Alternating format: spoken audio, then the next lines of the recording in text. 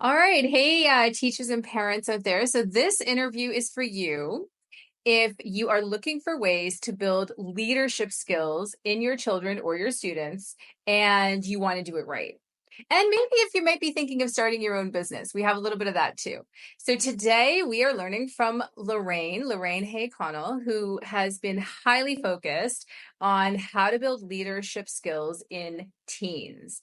And Lorraine is a former teacher and owner of Peers Not Fears, which is a leadership program to help high school students build leadership skills in their students.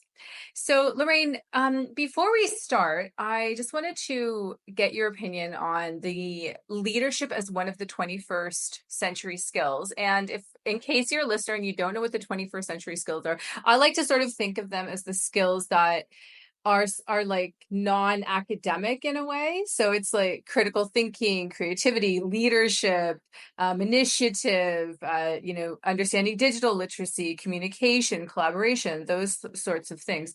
So why do you feel that leadership is one of the needed 21st century skills? Well, I think anybody who looks at where our society is right now can see that we are in dire need of strong leaders. And why are we in that position where we need leaders that are strong and can make good decisions and can deal with the challenges that we're facing as a society? And so for me, what I did was I reflected on why is it that we're in such need for that? And I looked at where are we developing those skills? And I honestly came up with we're not. We really are not. Like, Yeah. if you all as listeners think for a minute, where are we developing leadership skills? Where do you see this happening? People are put into position, they're given a title, but where is the training? Even as teachers who, are elevated into administration, who are we elevating into those positions? They're great teachers, yes, but those are different positions. Where are we helping them make that transition and learn to lead a very different population? And so when I realized that we weren't doing it, that's when I decided that maybe there's a way that we can. That is such a powerful answer because the amount of times that I hear about teachers struggling with their administration, and it makes complete sense that if you haven't been trained how to be a leader, then you're kind of winging it, right? You're doing what you think is right. And I definitely agree that like there's a big difference between leadership and management, right? You manage, you're just telling someone what to do, but when you lead, you're actually helping empower someone. So I think that's like amazing. Okay, tell us the story of how you got here, how you got to this point from where you started.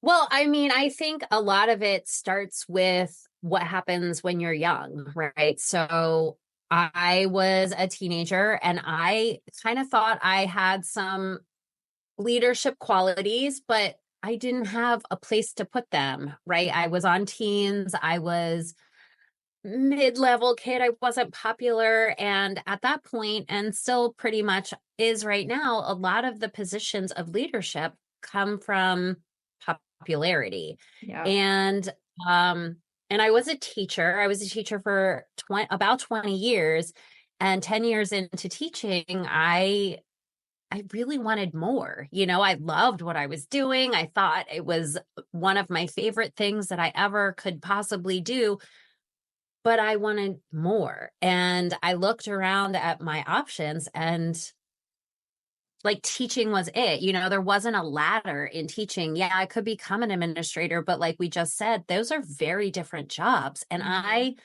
wanted to stay connected to kids. And I saw really great teachers become administrators and lose that love, that connection that they had with students.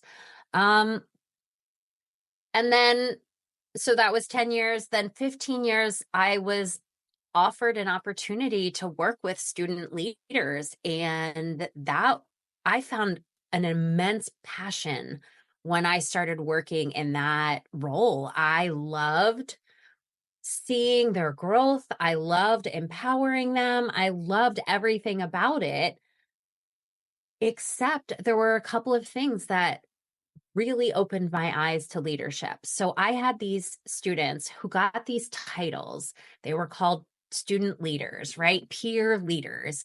And we gave these kids this title, which elevated them to a really pretty high social status. And teachers trusted them Yeah. because they had that title. Maybe they didn't earn that trust, or maybe they did, but because they had that title, they automatically were put on what I describe a pedestal. And these kids were, because they were given this trust, they were given these roles.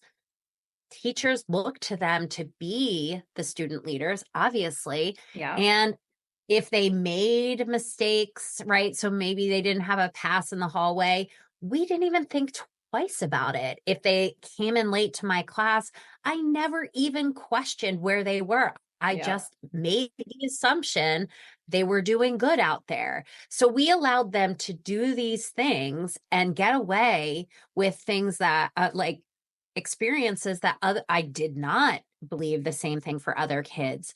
And so they earned that role, rightly so, but they also were given all of these accommodations that, they didn't earn. Mm-hmm. And then when they made a mistake that was unforgivable, they were role models. So maybe they got caught doing something like being at a party that had alcohol, or being caught at the wrong place at the wrong time. And there Yeah. were things there that were not legal, or anything of that kind of nature.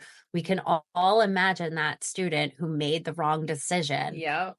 And the consequence for these student leaders was devastating. We've ripped the pedestal that we put them on, we've ripped it out from underneath them, and we made an example out of them. And honestly, when I look back, I was part of that problem because they were role models. We wanted other kids to say, "Oh, I I don't want to do that. I don't want to make that choice." It made sense. Except when you think about that child, that teenager that made the mistake that most teenagers make, we made it so that there was no path for them to recover. And so, while on the outside it seemed like we were doing a good thing for the masses, we were really making a real negative impact on that one individual child. They are still children, right? And they're Yeah. they're gonna make mistakes. And we didn't let them know that mistakes are okay.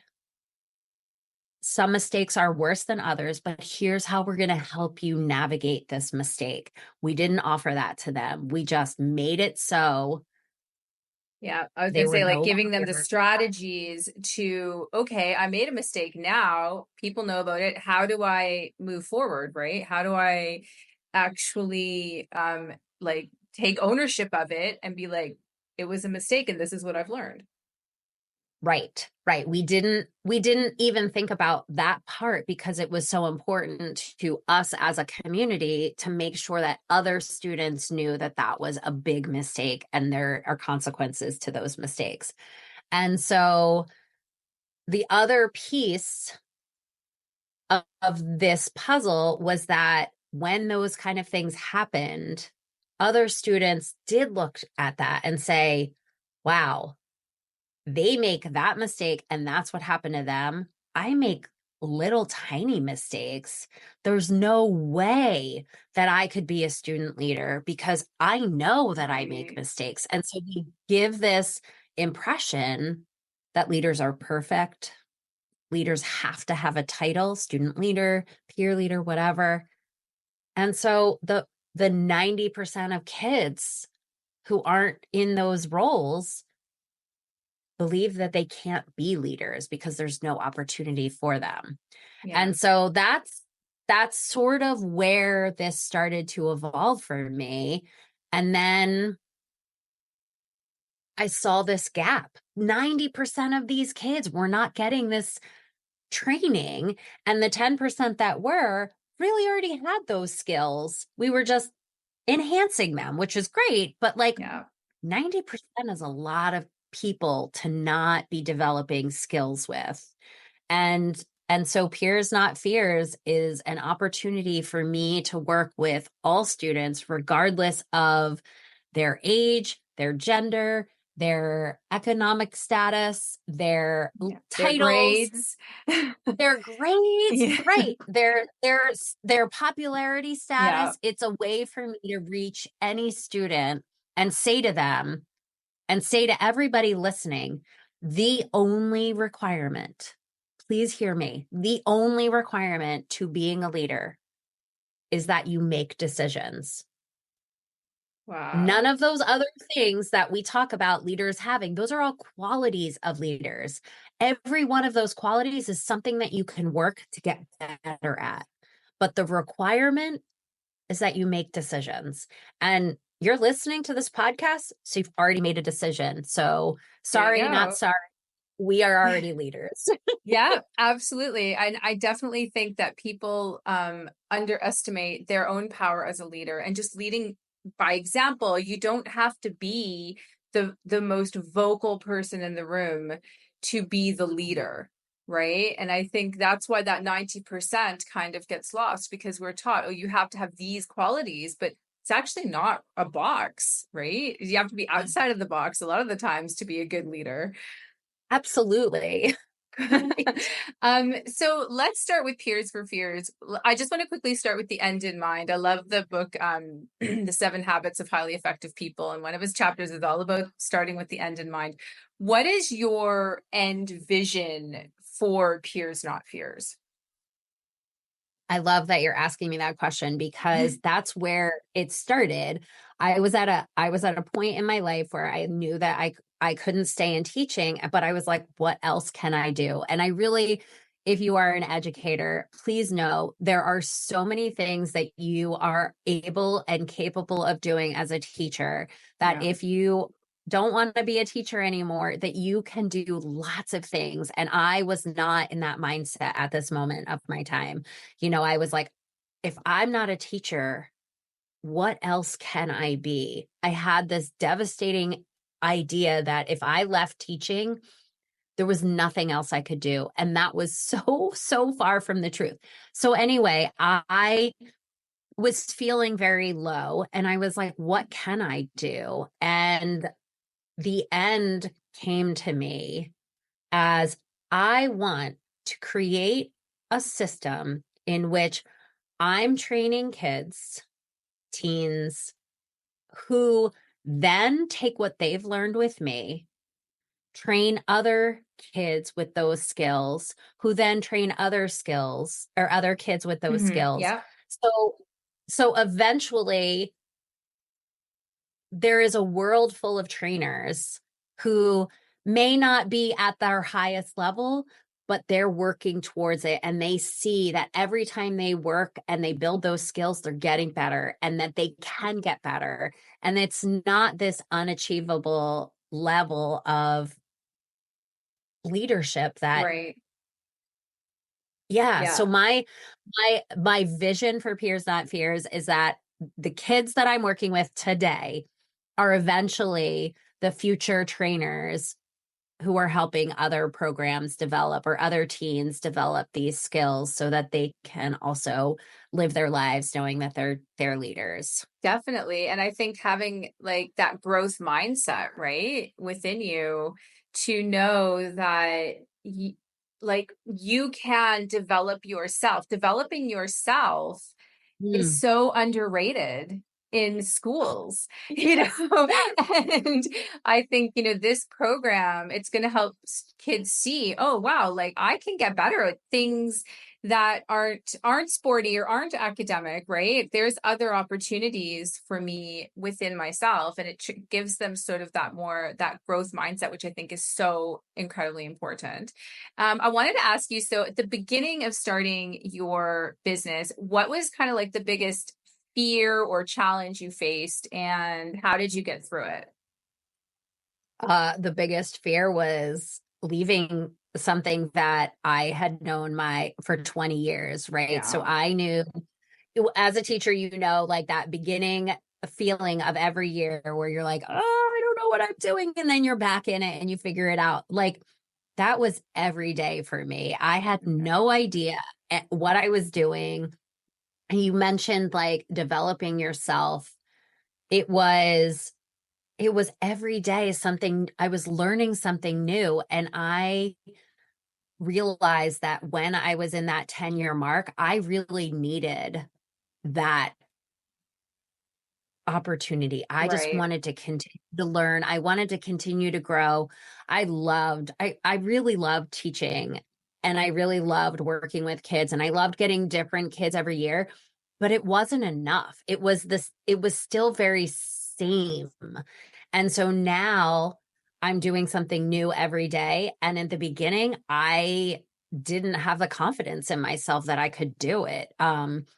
And so at the end of the day, like the end always came, and I had done things and I had done new things and I had learned something new every single day. Sometimes I learned a lot of things in a Yeah. day.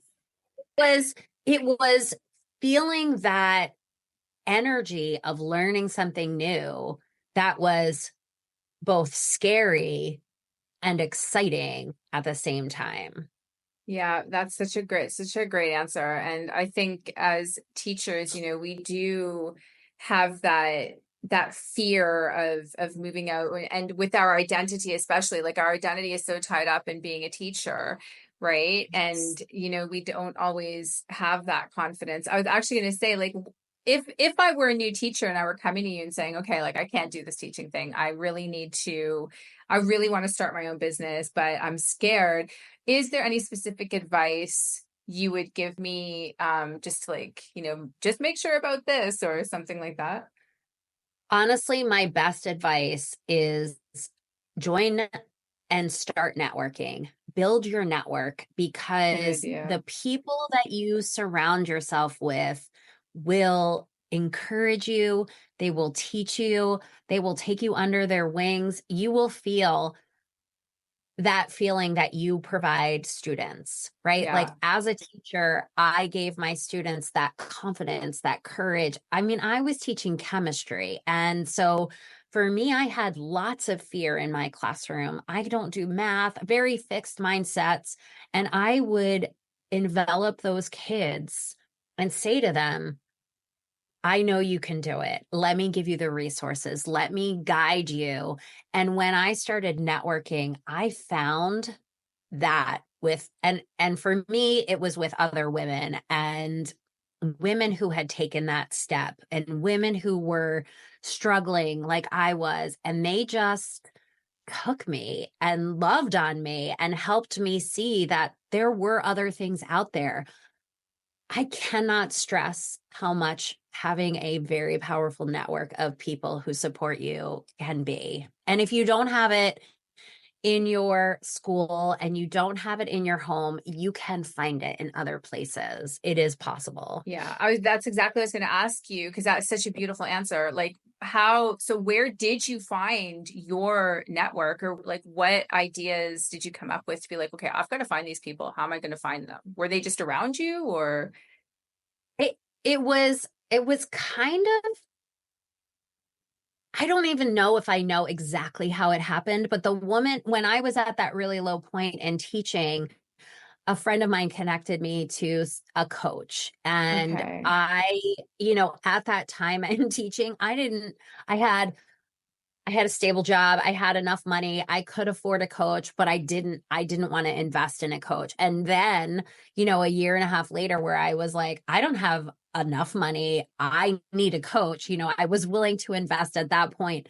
It was just she had linked me to something that was called Women's Business League. And there are lots of women networking groups out there. And you just have to search women networking or networking groups and you can find them. Some of them are in person. Many of them now are virtual Yeah. and, maybe don't get that intimate connection of a person on the like in person, but you still get a really great connection on. I find both in-person and virtual networking to be really, really valuable for me.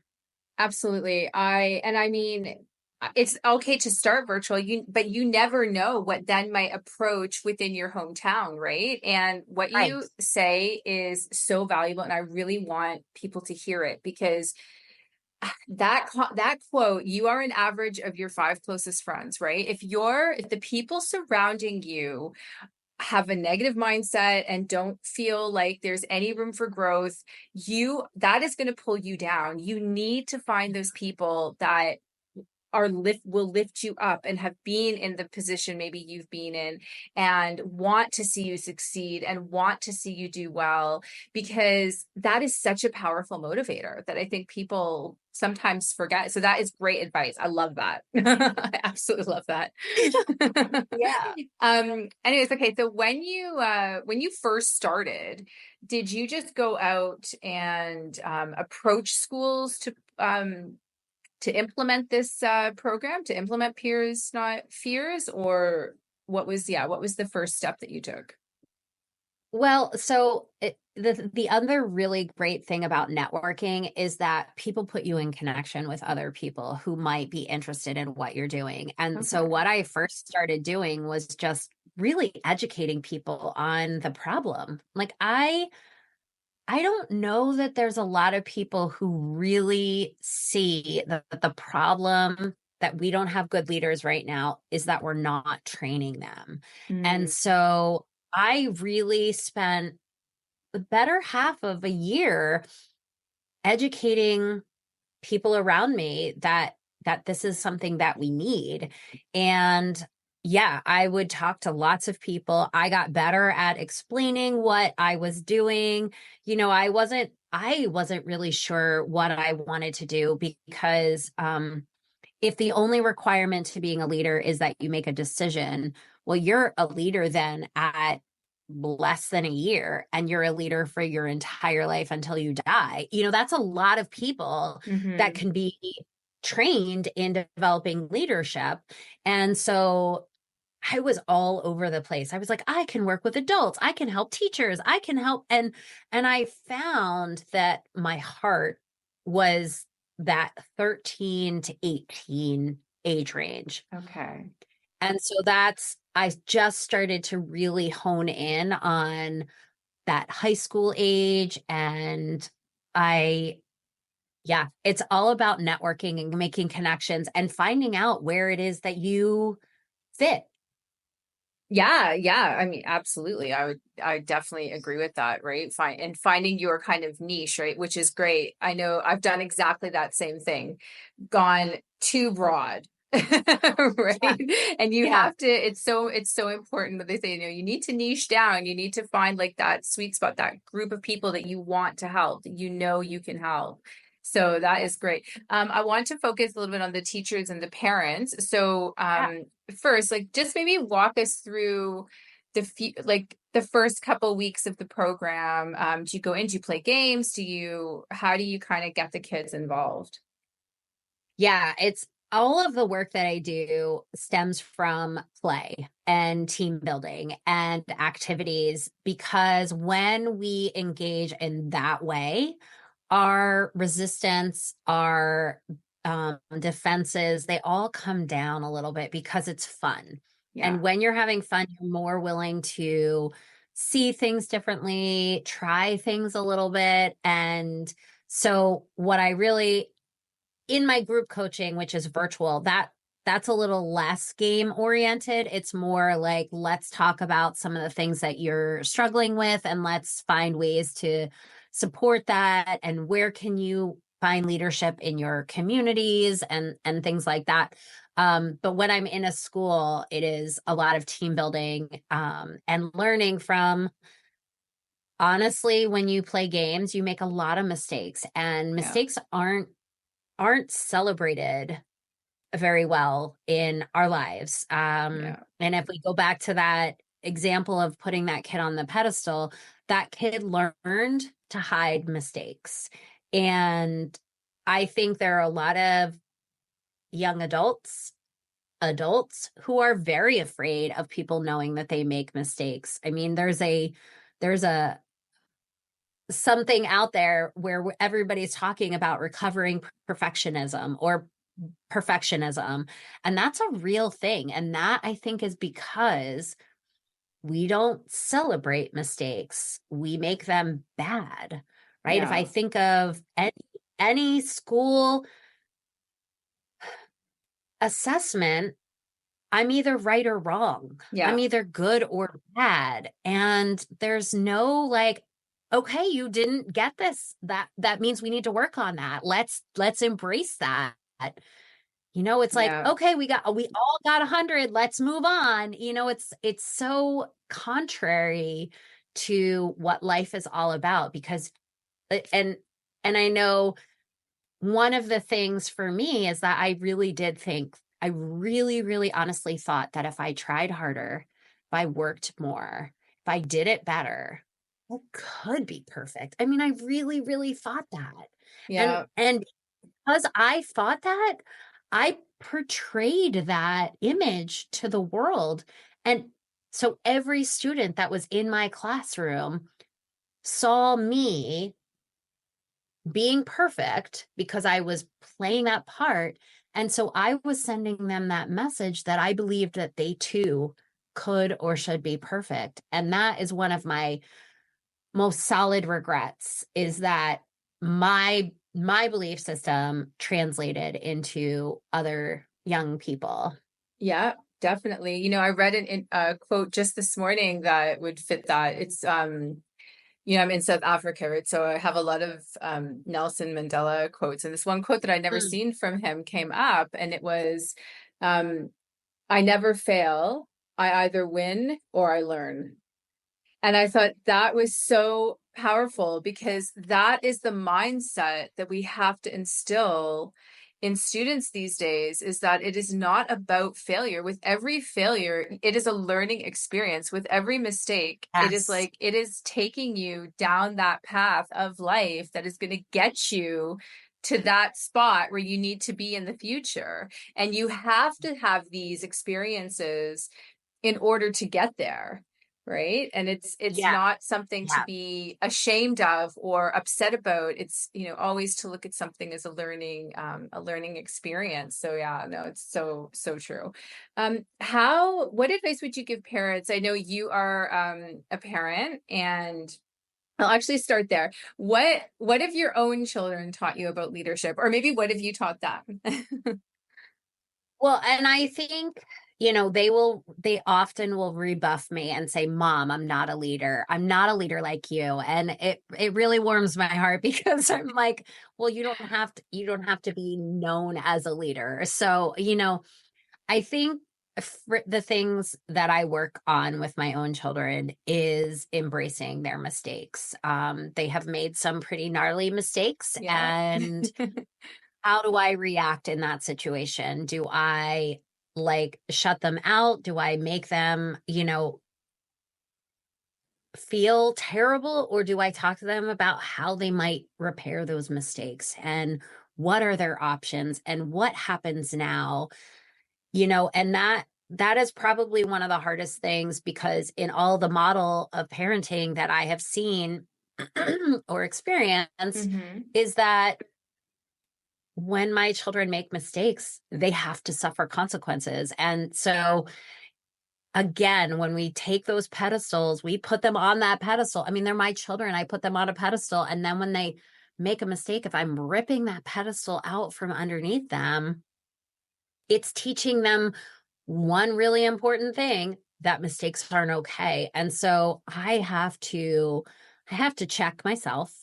I have to remember that they're their own person. It's not me making that mistake. And how do I help them? Because, like I said earlier, I don't want any child, I don't want any person to think that perfection is possible. Yeah, I agree. And when I react in a way that doesn't allow the growth from a mistake, then it sends that message that perfection is possible. And it Yeah. really truly is not. So, this kind of links into my next question about like what advice would you give parents? So, of course, I think the first piece of advice you would give parents is, let's reframe the way you look at mistakes. But is there any other advice that you might give parents to help them develop leadership skills in their kids at home? Well, number one, I want you to remember or know what I said earlier, that the only requirement to being a leader is that you make decisions. And as a parent, you are making decisions all the time for your kids. So you are the most important leader in their lives, the most important. So, how do you handle mistakes? Do you Mm, accept responsibility when you make a mistake with your kid? Or do you feel like I don't want them to know that I make mistakes? So that's one of the first things. And the other thing is judgment and curiosity cannot exist in the same place. So if you are finding that you are falling into a pattern of judgment, ask a question. Start with a question. Why did you make that choice, bud? yeah. Why did you agree to go to that party? What were you thinking? How did you get there? What what led you to think that that was okay? And ask those questions and honestly, listen. Mm-hmm. Do not predict their answer. Do not think about what you're going to say in response. Listen, because if you listen and you are curious, that judgment that our kids feel from us all the time goes Mm-hmm. away. And the one thing you can do to build an incredible relationship with your child is to admit when you make a mistake because they know you're making mistakes. They know. If you Absolutely. Yeah, if you Absolutely. admitting it, you are sending them such a strong message. But if you admit it, oh my goodness, does the guard come down? Does the relationship shift dramatically? If you have a strained relationship with your child, that is my best advice is take a moment and admit a mistake with them Yeah. and And I think see.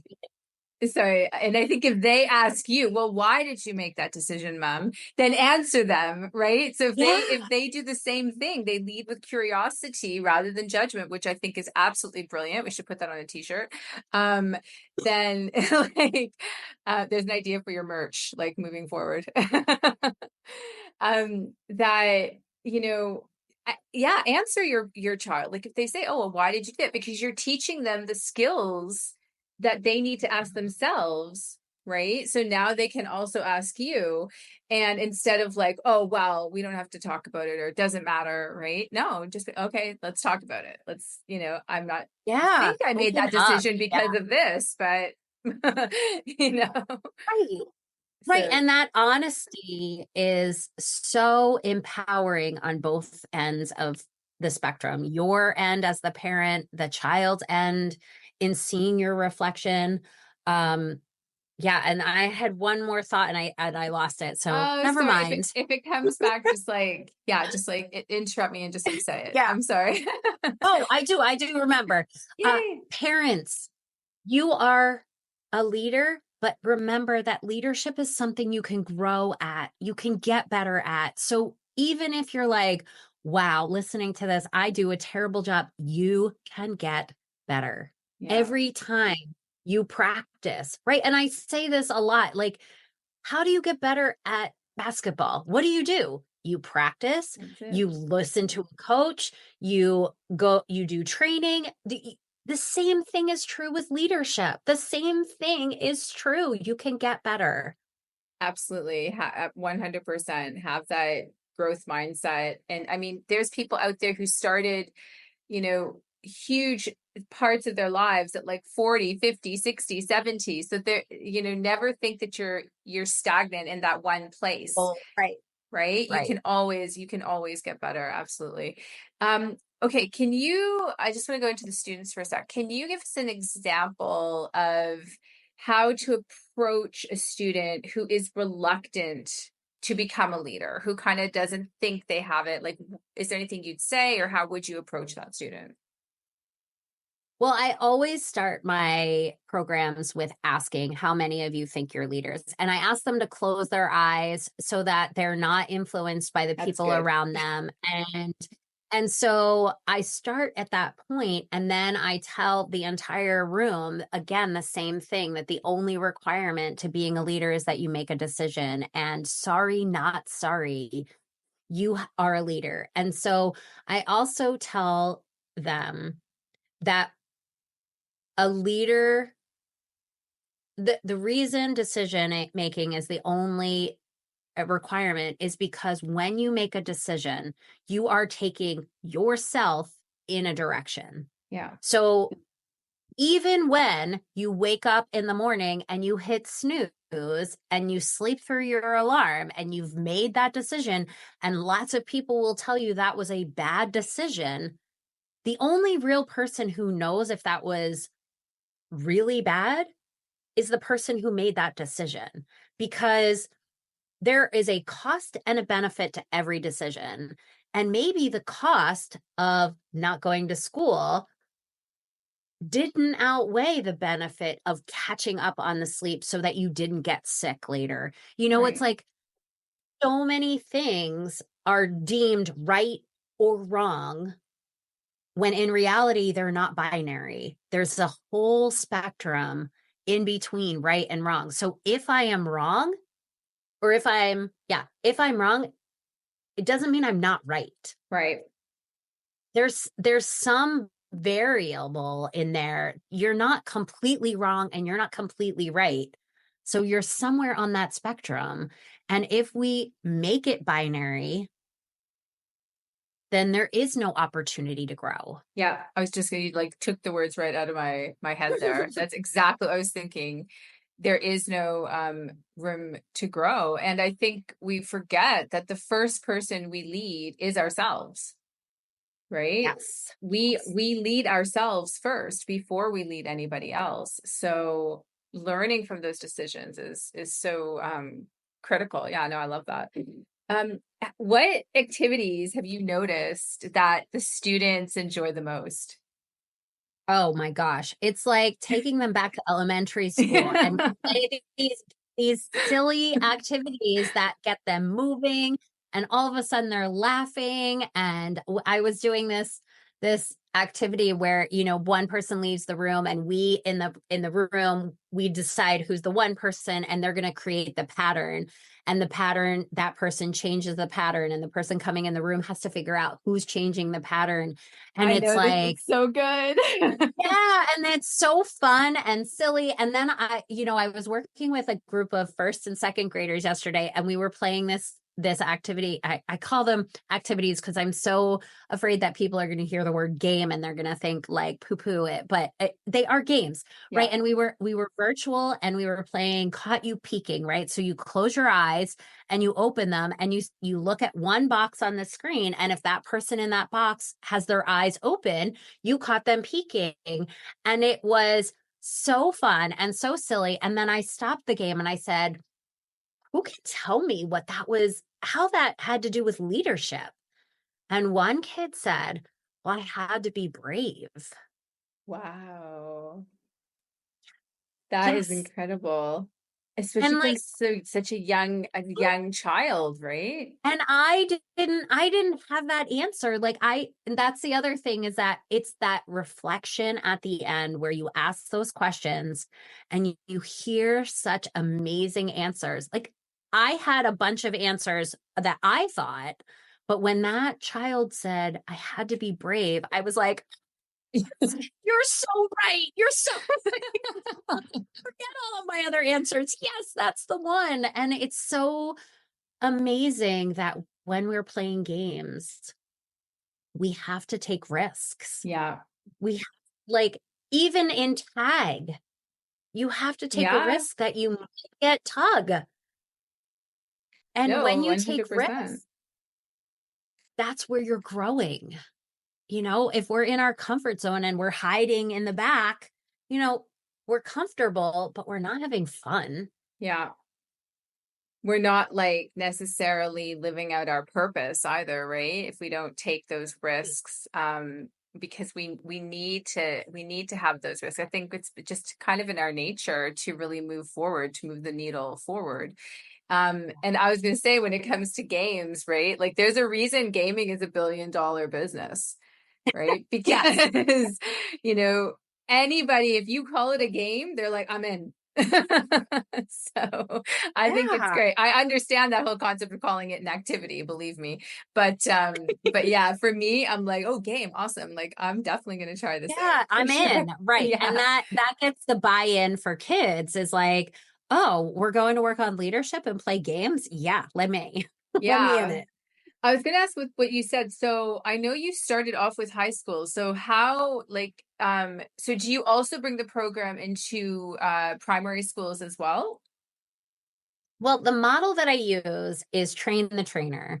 And once I realized that that's what I was doing, and I was doing that in my classroom in chemistry, right? Like I would train the class, then the class would pair off and they would train each other. Hmm. Once I realized that that model and how powerful that model was, I can apply it to any age. And what really sold me that I could do it at any age was working with my nephew this summer. We played a game called Commitment, and Plamio has a ton of these team building games. It's a really, really amazing resource. And if you use my code Peers Not Fears, you get a discount. But We'll put that in the show Plamio, notes for sure.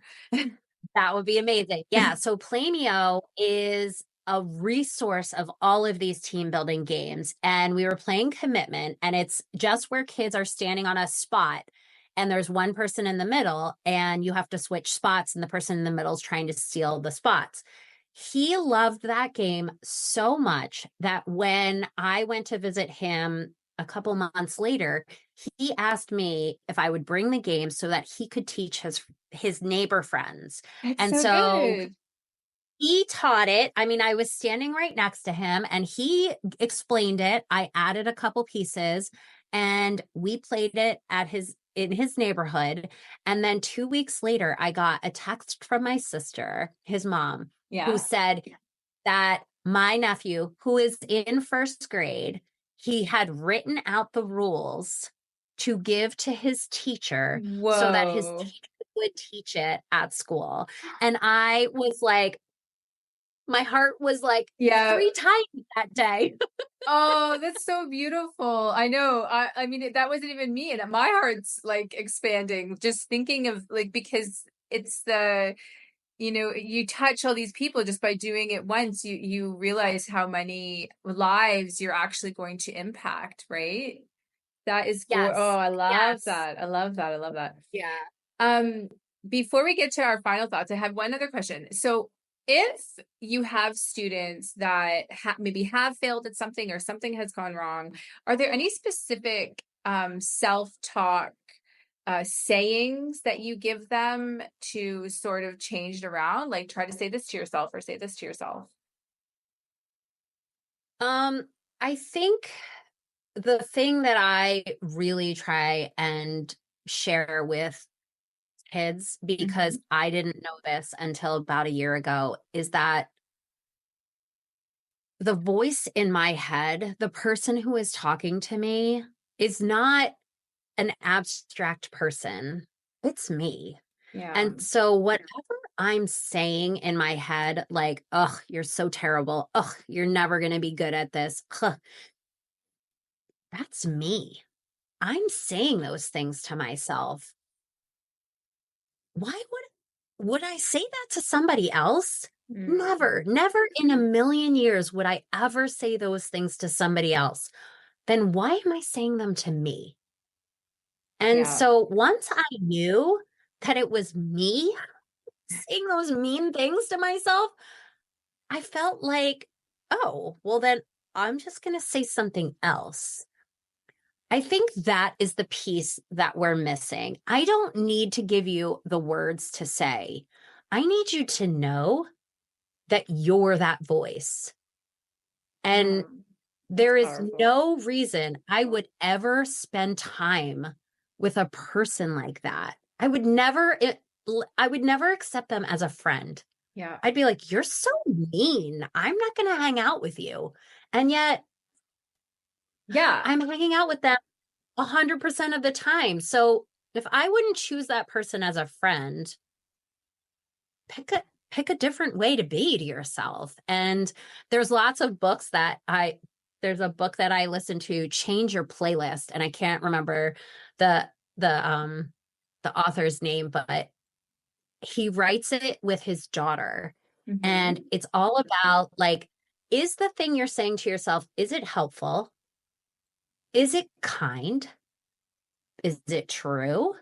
And if any of those answers are no, Yeah. then change the playlist. Yeah. Yeah. That's a great way to look at it. Change the playlist. Um, I know with me, I often will say to myself, okay, I could think that, but is there any evidence to believe that's true? No. So how can I, so instead, I'm going to choose to think this. I'm going to choose to think that this is the reaction that that person was really having, or this is, what I really think about that. And so that is, yeah, that's brilliant. You're absolutely right. It is within us, right? We have to learn that skill for sure for ourselves. Speaking of books, what is the best book you ever read? Listen, I can't put a book on that I know. specific thing. I think I read so much. I think it's one of my favorite things to do. And the more I read, the more I learn. And I love young adult, both nonfiction and fiction, because what I'm doing when I'm reading is I'm walking in shoes that I've never ever Okay. experienced in my life. And for me, and for me as a leadership coach of teens, I encourage teens to read books in which they don't identify with the author or they don't Yeah. identify with the main characters. Because when you can read, you can experience something that you would never experience, and that is how we build empathy. So I just encourage you as parents to read young adult fiction and nonfiction. That's a good learn idea. what it's like Learn what it's like to be a young adult who is non-binary, LGBTQ. Learn about a kid who doesn't look like you. Learn about a kid who's struggling with mental health, because then you can see other people's experiences, and maybe you might see something in your own child that you didn't see before, and now you have some empathy for it. Mm. Yeah. I love your question. I just don't have a book that I can put on that That's title. okay. I love a reader. I was also a reader. So that's great advice. Absolutely. Because there are a lot of books about young adults right now, and that will help you understand those people and what they're like, young adults and what they're going through for sure.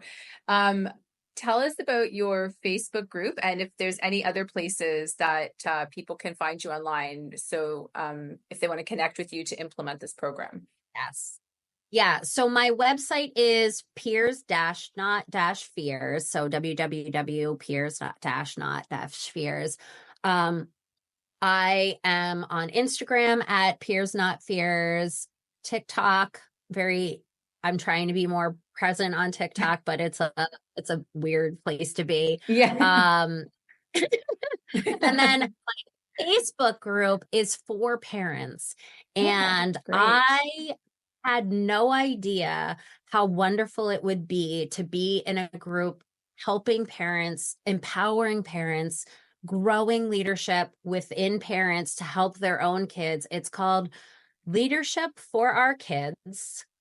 And every Sunday, I post an activity that you can do, that you can ask your teen to do, that you can ask I say, because leadership starts when you make a decision. So if you're a parent with growing a baby inside of you, like join that group. If you're a parent of adult children, join that group, because you don't know what you're going to learn about yourself and your kids and there's so much, and I love it. I love it so much. And when people are posting and they're asking questions or they're responding, I posted today, let's talk about consent. Where do you practice consent? And it really stemmed from this idea that we say, like you should be practicing consent in the bedroom. Well, if we're not practicing consent anywhere else in our life,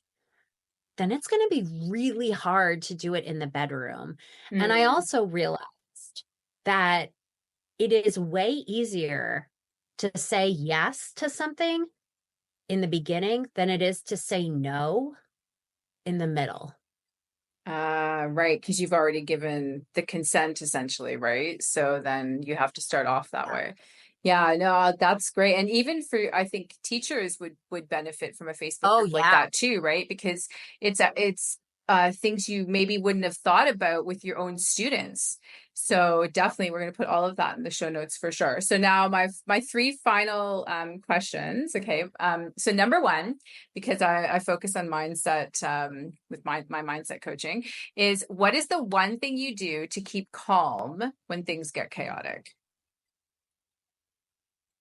It's a practice that I Yeah. have to do before things get out of control. So I have to get into my mindfulness more and more often so that when things become chaotic or energized, I don't fall into that trap. I was very much a reactionary parent and, a quick yeller.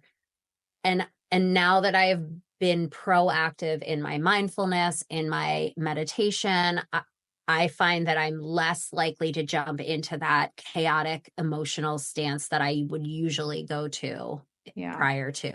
100% meditation, I think, changed everything for me. It's incredible how Yeah. much calmer I am. Hmm. Okay. How do you move yourself when you find yourself in a negative mindset? How do you move yourself from a negative mindset to a positive mindset? Well, that's really hard. And I think that's probably something that we all struggle with on a daily basis. And I was just doing something yesterday where I realized that my most common negative thought for myself is that I'm not worthy. It comes back to the perfectionism and everything. And I was doing a reflection yesterday about that feeling. And what I realized is that negative thing that has been present in my life for my entire life has actually become my superpower. So my mistakes, my flaws, all of that makes me the coach that I am with these teens because I know that I make mistakes and I have felt unworthy and I struggle with that. It is now my superpower. And so when I start to get into that mindset of like, oh, I'm just not good enough, I remember that all of that has made me the person that I am today. Amazing. Yeah, that I think that is incredibly powerful. I think that's going to resonate with a lot of people who maybe have never seen it that way. So that's, yeah, amazing. And lastly, what three things are you grateful for today? Oh my gosh. I love when people ask about gratitude because gratitude helps you experience joy. And Yep. every day I practice gratitude. I like to do it before I go to bed so that I can be grateful for all the things that have happened today. So I am grateful. It's a beautiful, sunshiny day here in New Hampshire. The snow Nice. is on the ground and it looks beautiful. I am grateful for this opportunity. So, so Me grateful. too. And I'm grateful for my delicious coffee this morning. Oh, amazing. I love that. Yeah, I'm often grateful for my coffee as well. Well, Lorraine, thank you just so much. I am actually so grateful that you came on the show today, and I really just appreciate you for how you are helping young people learn how to lead themselves, learn how to lead others. And I'm definitely confident that your hands are going to touch so many lives. So I just really, really appreciate it. And yeah, and I just really wish you an absolutely beautiful, beautiful weekend, beautiful week ahead. And yeah, and I've joined your Facebook group now, so I'll be able to get some tips for leadership. So I'm really excited. Thank you so much. Yeah, and thank you. Cool. Thank you so much for listening to our interview with Lorraine today. I hope you learned as much as I did about leadership and instilling leadership strategies in your kids or your students. And definitely, if this video or podcast resonated with you, please like, subscribe, download. And if you're interested in mindset coaching, or specifically if you're a teacher and you'd like mindset coaching because maybe it's a bit challenging for you at the moment, or even group coaching, I offer as well. There is a link to my website in the show notes, and I would love to hear from you. Wishing you an absolutely beautiful day. Take care.